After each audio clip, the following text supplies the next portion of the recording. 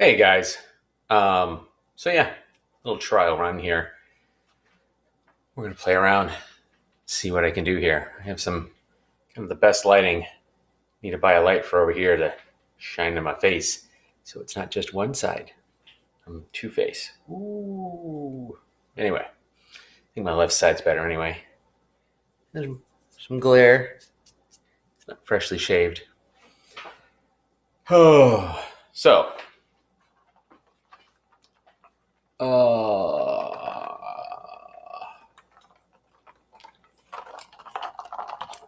getting tired. I shouldn't have. I slept all day. Yeah, let's start this over again. So why am I making a video? Why am I thinking about putting this on YouTube? I have no idea. Really, I don't? All right. It's going to be the shortest YouTube channel ever. So, how real should I be? I've just spent an hour trying to figure out the lighting. Should I let you see this?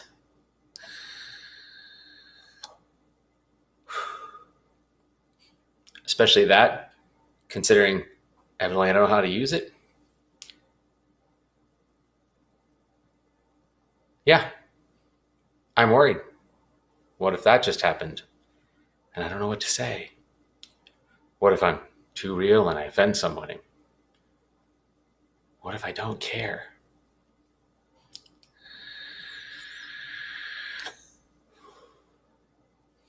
What if the dog starts barking or whining? Do I beat it just to make it quiet? Doesn't like me anyway. What if I make a joke like that and all the dog lovers freak out? Do I care?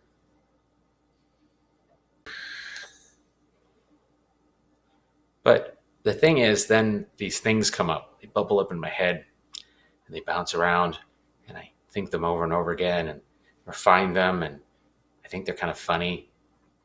I think they're enlightening. And it makes me think maybe I should just put them out there. But then I don't know if maybe they're not funny. Maybe they're not enlightening. That might actually be worse than someone being offended by it. Yeah, this is definitely a bad idea. Oh, why? Yeah, I'm still thinking. I don't know how to start this. I don't know what to call it. I just feel like I might be good at it. That's weird.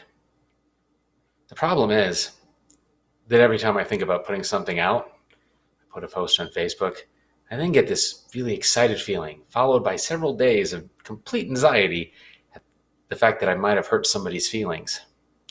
Is that really someone who should be on Facebook or Twitter, let alone make a YouTube video? I don't think so. Yeah, I think I should stop this. But then something happens and it really irritates me, and I feel like I need to vent about it. So maybe I'll just make these and I won't ever release them. It'll be like therapy for myself. Or masturbation. You know. There's a topic I could talk about. Yeah, that would definitely make people uncomfortable at least. And then no one would watch ever again. I'd have 0 viewers on YouTube. So I could post it and then no one would see it, but I'd feel like I got something. That's it. I need to be so bad at this that no one ever watches it. That's what I'll do. I mean, really, if you think about it, it's kind of egotistical of me to think anybody would want to watch this anyway. Yeah. Yeah. So maybe, just maybe, I'll speak my mind. Cree's Mind. That's a horrible name for this. Yeah, let's not do that. So you see, the debates in Ohio, Democratic debates, were just the other night. And on the debates, my candidate, Yang, Yang Gang, Yang Gang? Yang Gang? I don't know. I'm a white guy. Hand signs, it's not my thing. I mean, it took me like 3 years to figure out how to do yeah, see, I forgot the whole Star Trek thing. That's how much of a nerd I am. So, anyway, yeah, see, I really suck at this.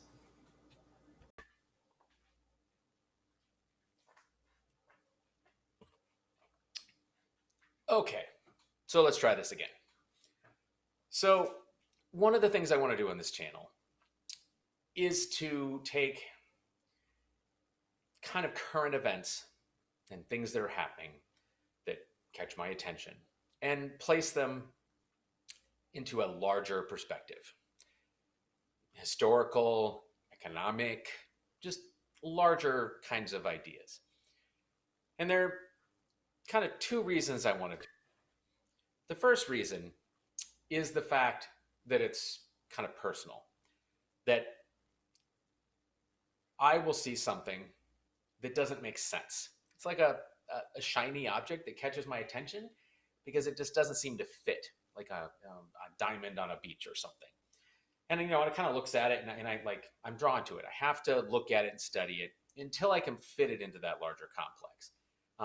Complex? No, the complex is what I have. A larger context. So this is something that I do just on a regular basis, and until I can kind of fit something in, it'll kind of disturb my world until I can make it work. Yes, and I realize this makes me kind of crazy. Actually, I am. It's fine. You're not going to offend me by saying that because it's just true. There's a second reason behind this, though.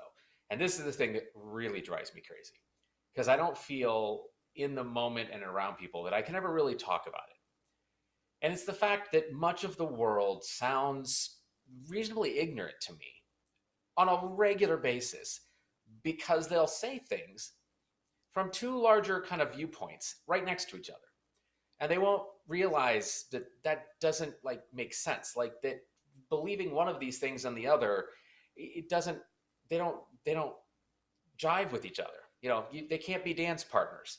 And so, and for me, this is like one of those things because, I have a complex that just kind of comes off as kind of ignorant, and it rubs me the wrong way. It kind of makes me angry. It makes me anxious.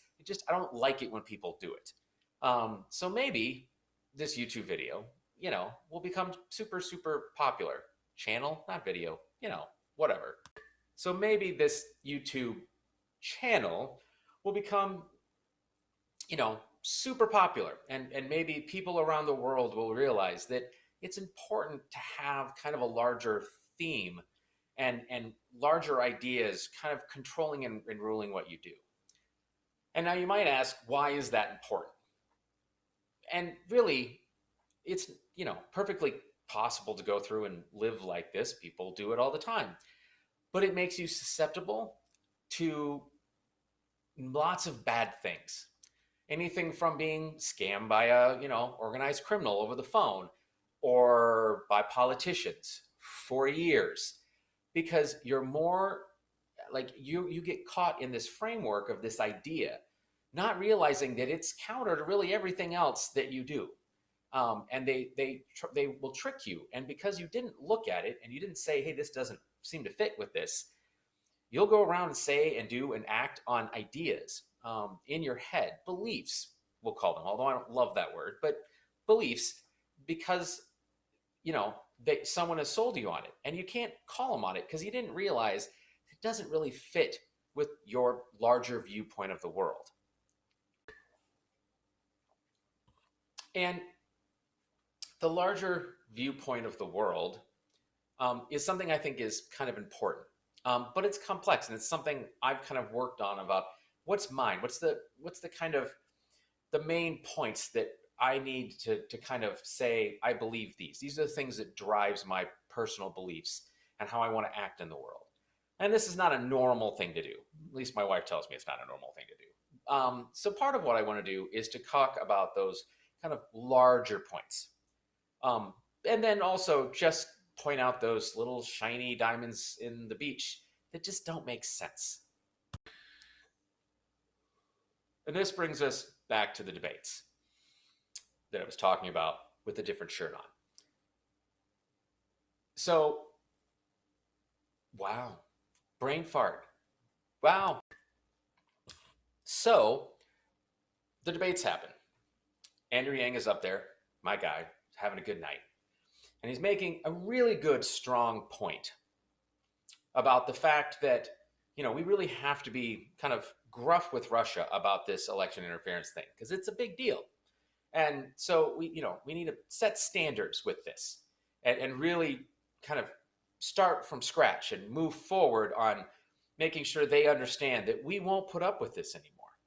And in part of doing that, he makes a comment, I don't have it written down exactly, but saying, look, we've messed with elections in the past. You've messed with elections in the past. You messed with the 2016 election.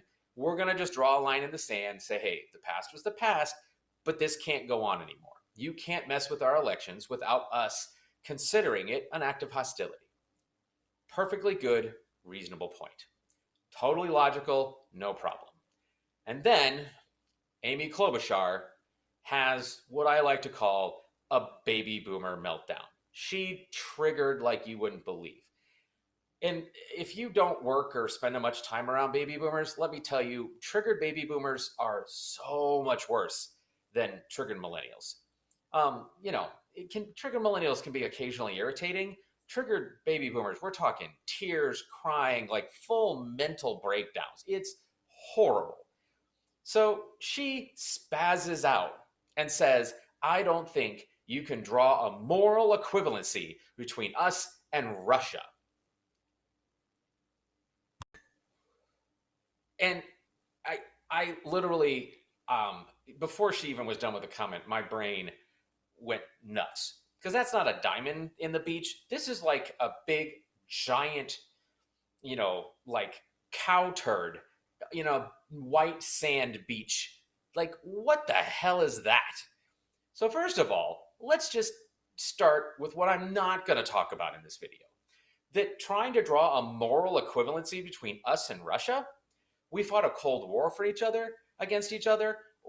We've been at odds since World War II in the 1940s, and the list of horrible, horrible things we've done, and I mean moral equivalent things we've done, you would need a college class to be able to go through. It's ridiculous.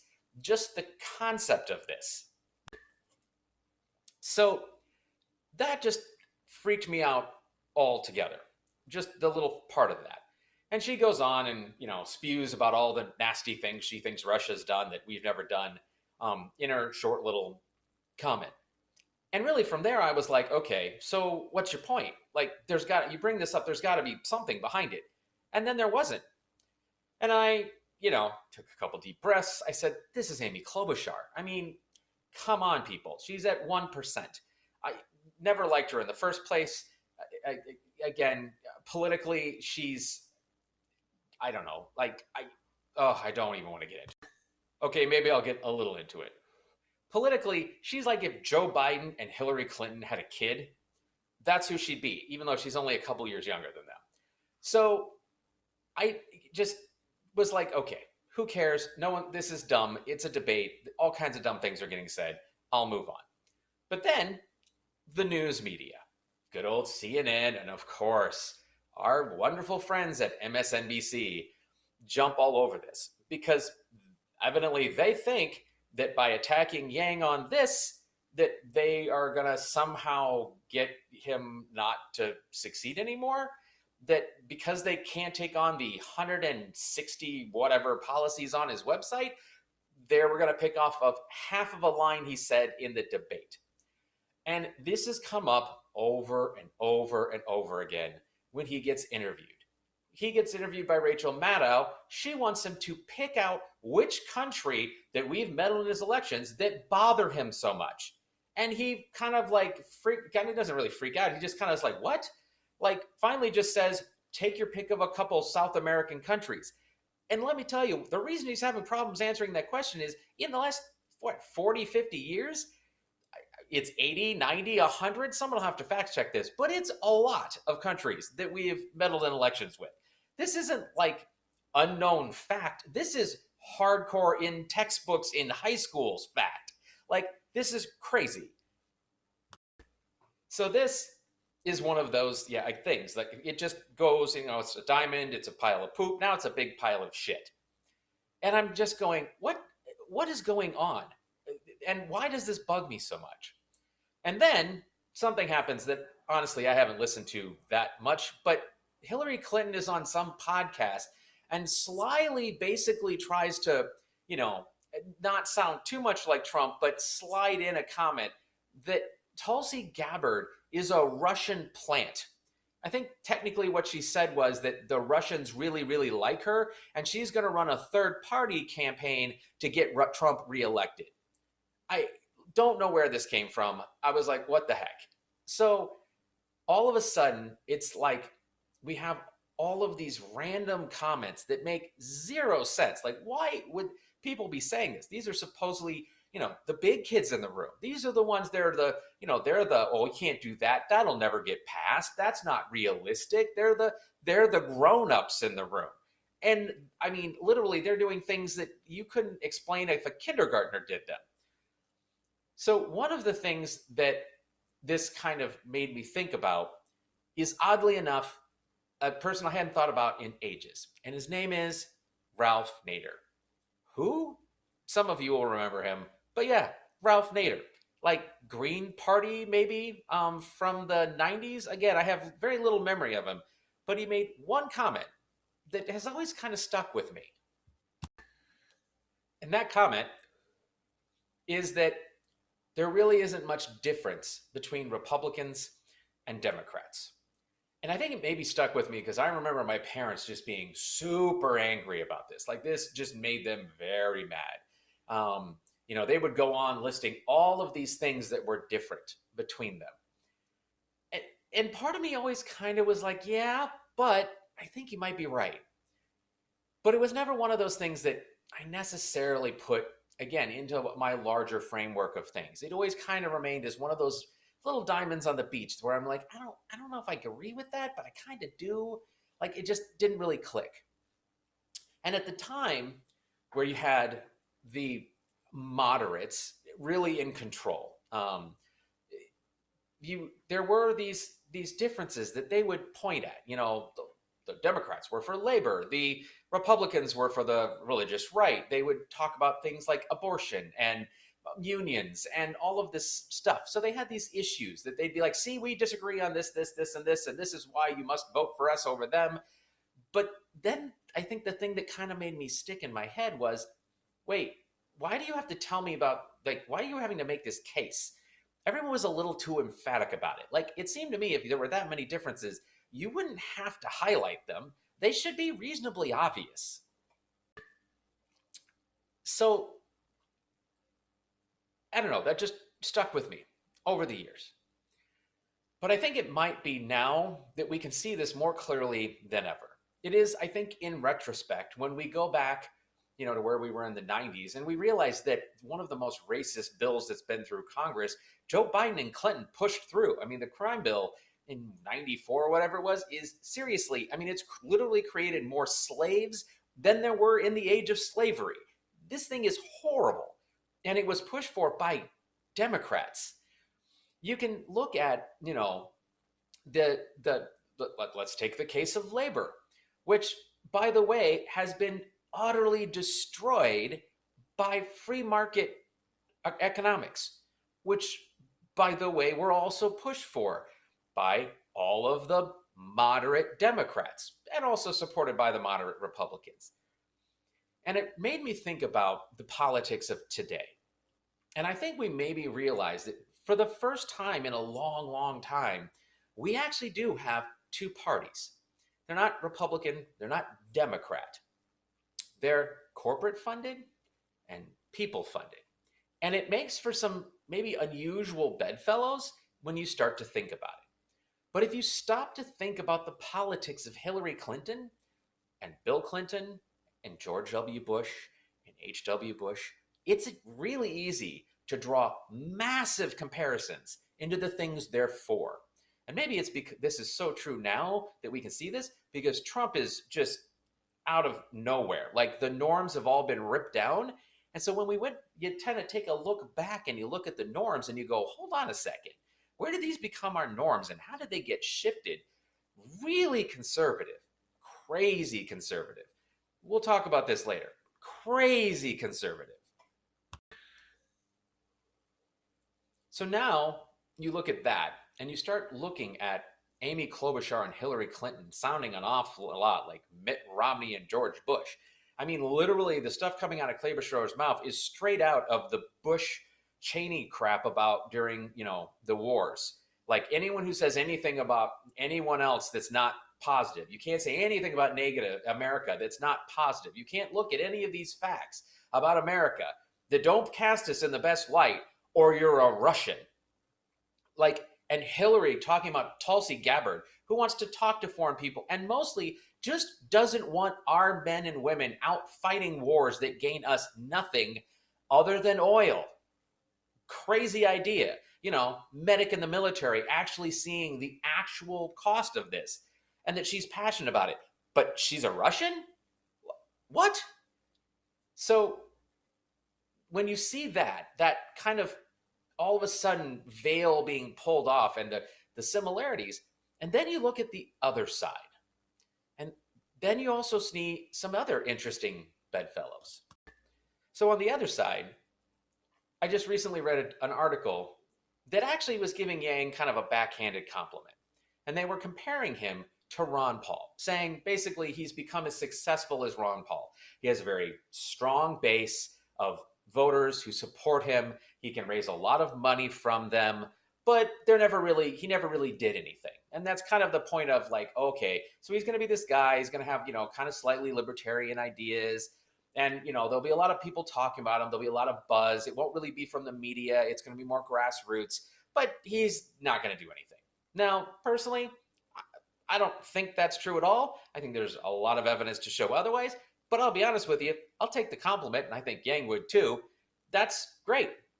Because Ron Paul put ideas into the Republican Party they had to deal with, and kind of moved the positions on a lot of the Republican Party. But it brings to the point that there is another party basically forming. And this party has people like Ron Paul, Bill Held, different people on the right, but people like Yang and Bernie. Warren, we're not so sure about. She was kind of more on the other side, but she's kind of a centrist between these parties, maybe a moderate, but in the current day. And you have Tulsi Gabbard, Marianne Williamson, but you have these people who are supported now by lots of money, enough money to compete with the bank-supported people like the Bush and Clintons, and they all of a sudden there's these similarities, not just in how they run their campaigns, but just their ideas. Like you could imagine them sitting around a table and agreeing on quite a bit, much like you can kind of imagine the Clintons and the Bushes and the Romneys and the Dukakases sitting around a table and agreeing on most everything. There actually is less difference between Hillary Clinton and George W. Bush than there is between Hillary Clinton and Bernie Sanders. And there is less difference between Bernie Sanders and Ron Paul than there is between Ron Paul and George W. Bush. We do actually, I think, for the first time, in a very strange way, have two parties. And I think Nader might have been right all those years ago. It's just that he was also kind of wrong. Because at the same time, he said, okay, see, now I messed this up. So let me try that again. I think Nader was actually right back then. We only had one party, but he's wrong today. Today, we actually have two parties. And if we look at that larger picture, and we don't get caught up in the infighting, which, trust me, the media really wants. They want the Bernie bros to fight the Sanders people, to fight the Yang people.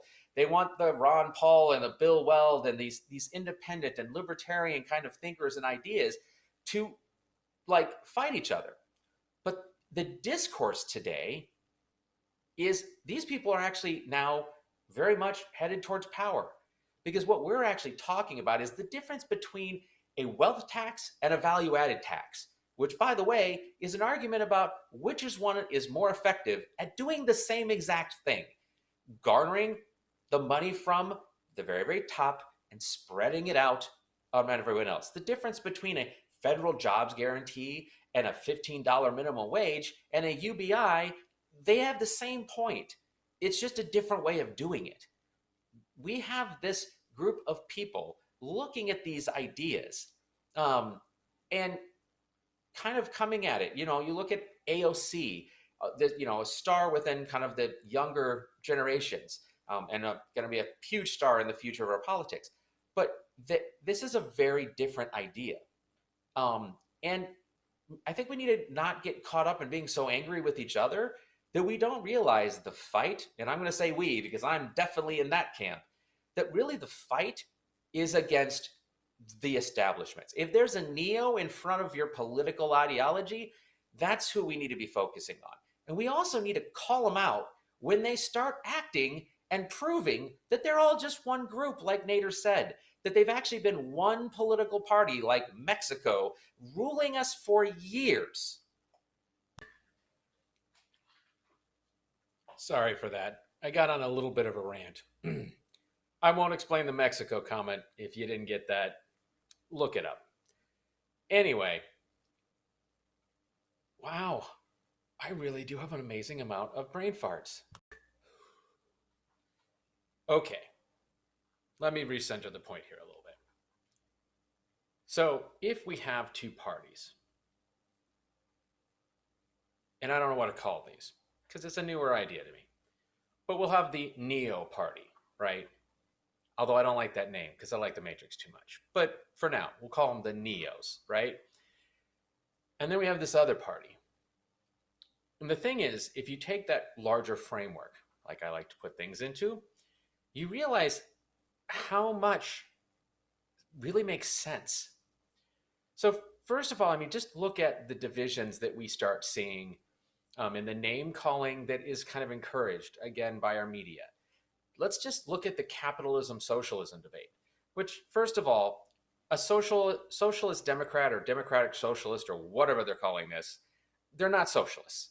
Okay, I don't know how many people who've actually studied this even a little bit can point out, but they don't even meet the definition of a socialist.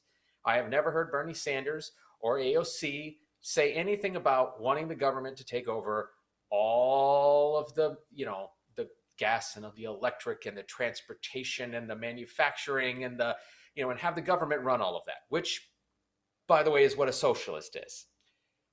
But it makes sense, though, how this debate gets brought up over and over and over again. And who's saying it? When you look at the stage, at who's calling this out, Klobuchar, and is it Tim Ryan, or who, all the moderates that have just fallen by the wayside in this debate, election. That when you look at that, that again, one of these weird things that we have people in the Democratic Party using this as a tool against other people. That's a Republican thing in the past, but they're not really socialists. So why is this debate? Why are these words? Why is this coming up?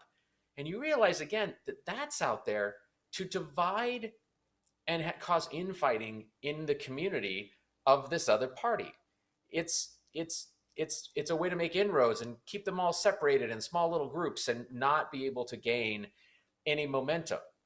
Because again, the more they can have, the people, the Bernie people saying to the Warren people, you're not really socialist enough, which again is a fake concept in the first place. One of the reasons I'm a huge fan of Yang is he kind of just calls this out and says, why are we arguing over things that were 20th century labels that really have nothing to do with anything anymore? Like, that's not what we're talking about. You basically have to call it something else because the ideas coming from this party aren't socialist. They're not necessarily capitalist either. They're something different. Some stuff is broken and we have new technologies and things are changing and we got to come up with a different idea. So You also then look at, wow, oh my God, it just happened again. But on the other side, what I think that we, whatever party this is that we are a part of now, have to really look at is the money. Because I think ultimately the differentiating factor between us and the neos is the money.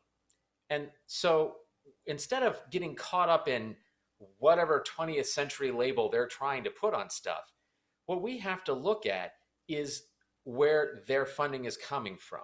Because where that money is coming from is a pretty clear idea of what they want to have happen. And what they want to have happen is everything that's been happening for the last 30 or 40 years has gotten us into this insane point in history that we are at right now. So what do I mean by an insane point of history? So the number of issues that you look at right now that a majority of polled Americans are for, that are still being brutally debated in Washington and to a grinding halt of nothing happening. I mean, gun control. Yep, most everyone's for that, except for a couple little fanatical things. Yep, we need to control guns. We're not trying to take guns away, but there has to be controlled guns on it. This is a position that you would have a hard time finding people that would disagree with, almost anywhere. Let's look at the fact that our medical system is completely messed up and we need to do something different. Again, hard time to find a few big fans of insurance companies, even though that actually came up on the stage that people were in love with their insurance companies. Really? Okay, well, the numbers don't prove that. The facts don't prove that. So even something like abortion, when we look at LGBTQ rights, that again, these issues, one after the other, there's this really strong American sentiment that agrees on stuff that we're still spending all this time arguing about in Washington, D.C., between Republicans and Democrats. And it doesn't make sense. You're like, wait, why are we stuck? Because we all kind of agree on this stuff. Like, you should be able to come up with a pretty easy compromise that would get everybody involved and be able to go forward and do it. But see, if they're caught up fighting those battles, then we're not looking at the larger battles, which is the massive income equality. This is something that the liberals will talk about and they will put out there, and by liberals, let's call them, again, I'm messing up names, the neos. All right, try that again. So the neos will talk about this all the time, right? It's something that you can't ignore, even if they wanted to. But the things that they want to do, then they use this other little step, this other little trick. It's called incrementalism. We need to do this little thing and that little thing, and then take this little step over here and see we're moving towards these things. Don't you see? Look at this. Look at this movement we've made towards this larger goal. These little baby steps. And they have literally brainwashed basically an entire generation into this idea that we have to do that because big steps can't be done. No one even questions it beyond that. The big step can't happen. And let me take a second to veer off to the side a little bit on this whole idea of change. And that big change can't happen. Because some of you right now might go, but big change can't happen. Some of you might still be stuck in your head of, well, no, but that's just true. And the question I have for you is to really look at that and say, why? Why can't big change happen? I look around the world and there are governments getting overthrown, massive changes. I mean, the changes going on in China right now, just at an economic level, in India. I mean, we're talking mind-numbing, massive amounts of change happening in days and months. And we've been prodding along for 40 years doing the same thing. So the thing you have to look at is kind of how they've maybe moved you into this idea. This kind of, is important when you think of this incrementalism. That the neos have basically moved.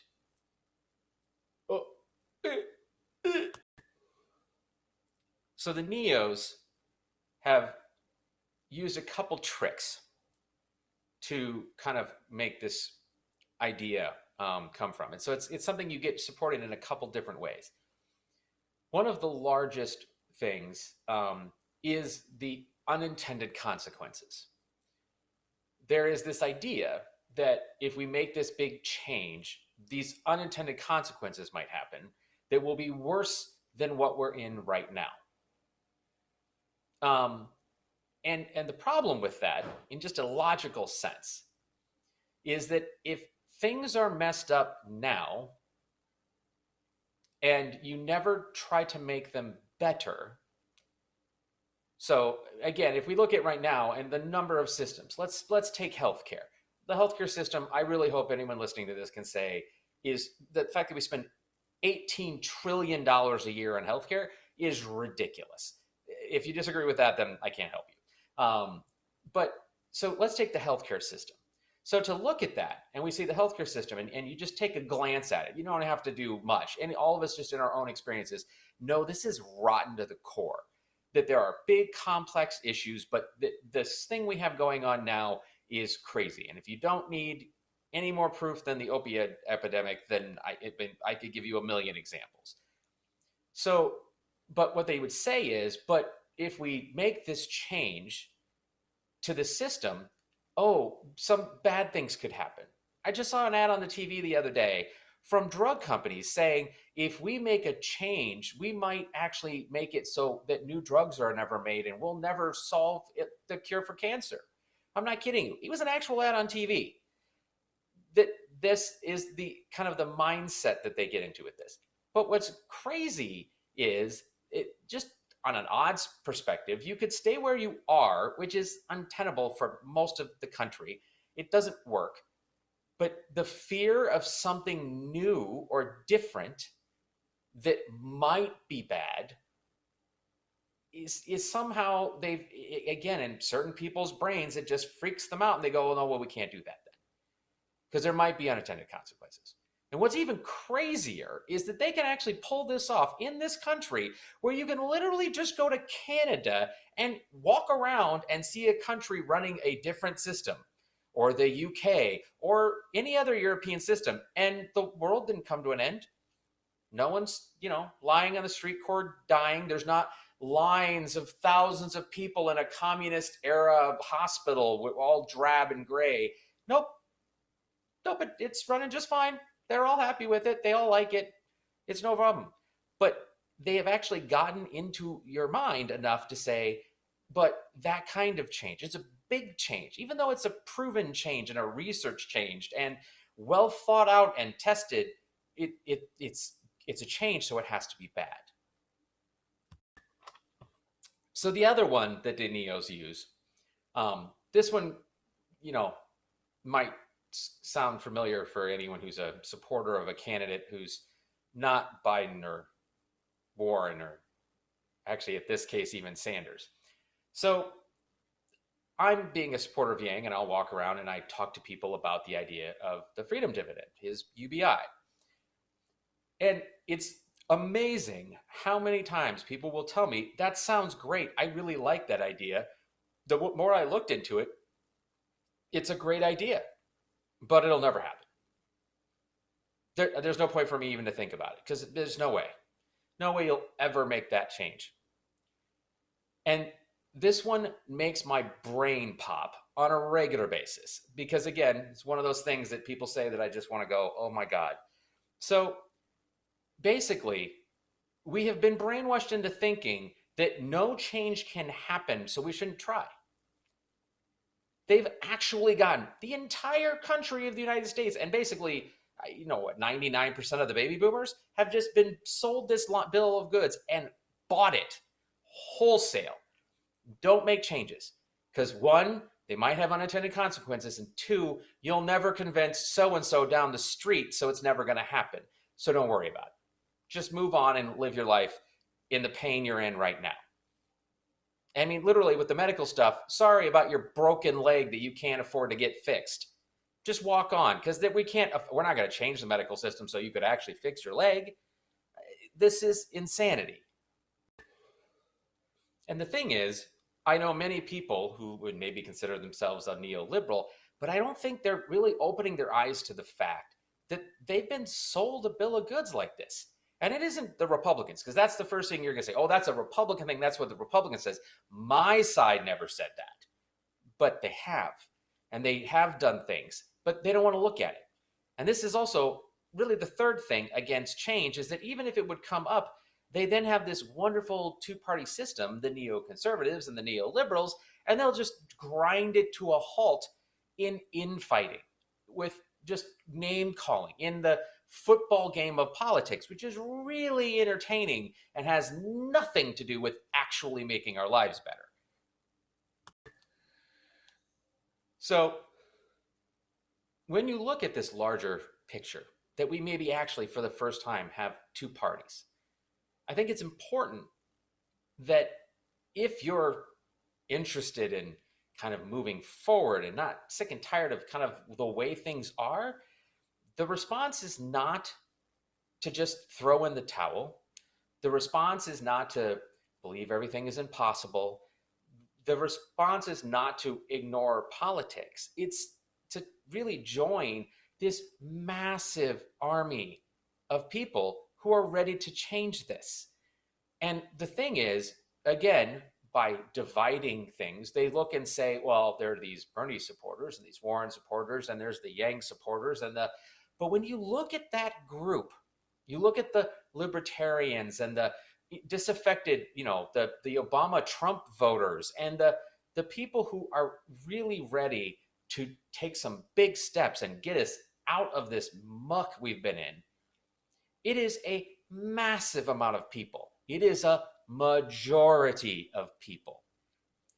So it's important to not let these little things like split us, and to take the moments like this when the veil comes down and Hillary Clinton is suddenly sounding like George W. Bush. And actually, the comment was a very Dick Cheney thing to say.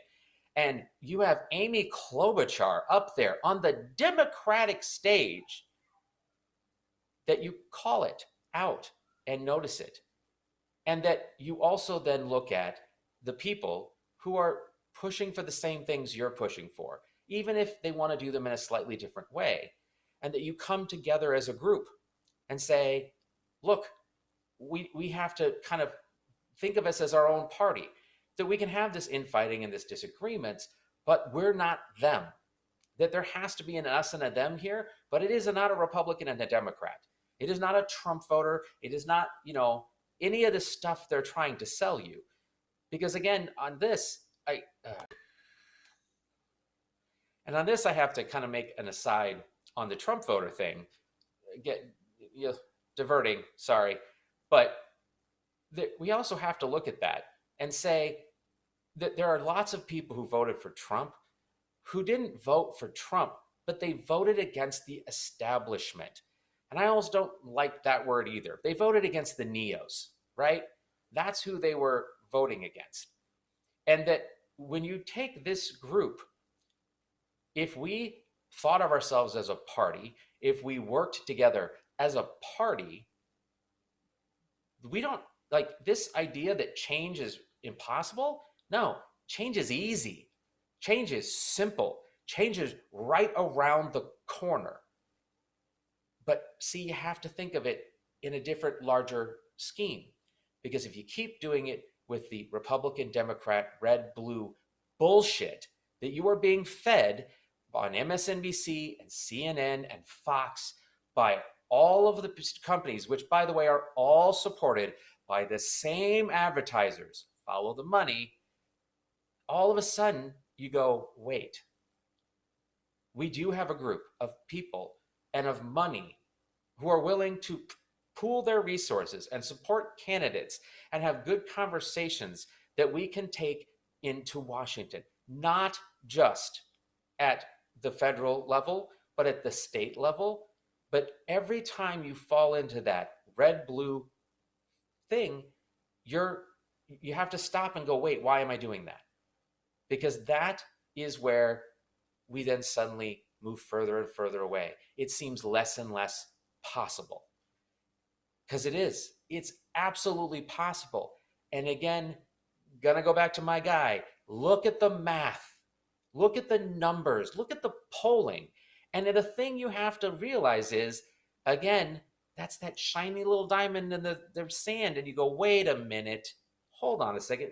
That doesn't seem to fit. Why does all of the Americans agree on all these subjects, but yet nothing's ever happening? And this is how you change that.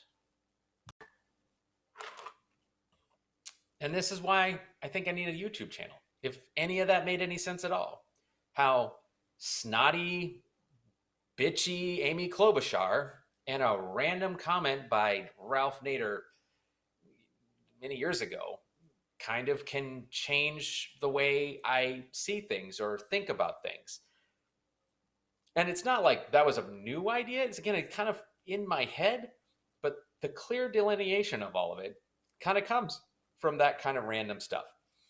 And that's the stuff I'll probably talk about if I ever put this out on YouTube.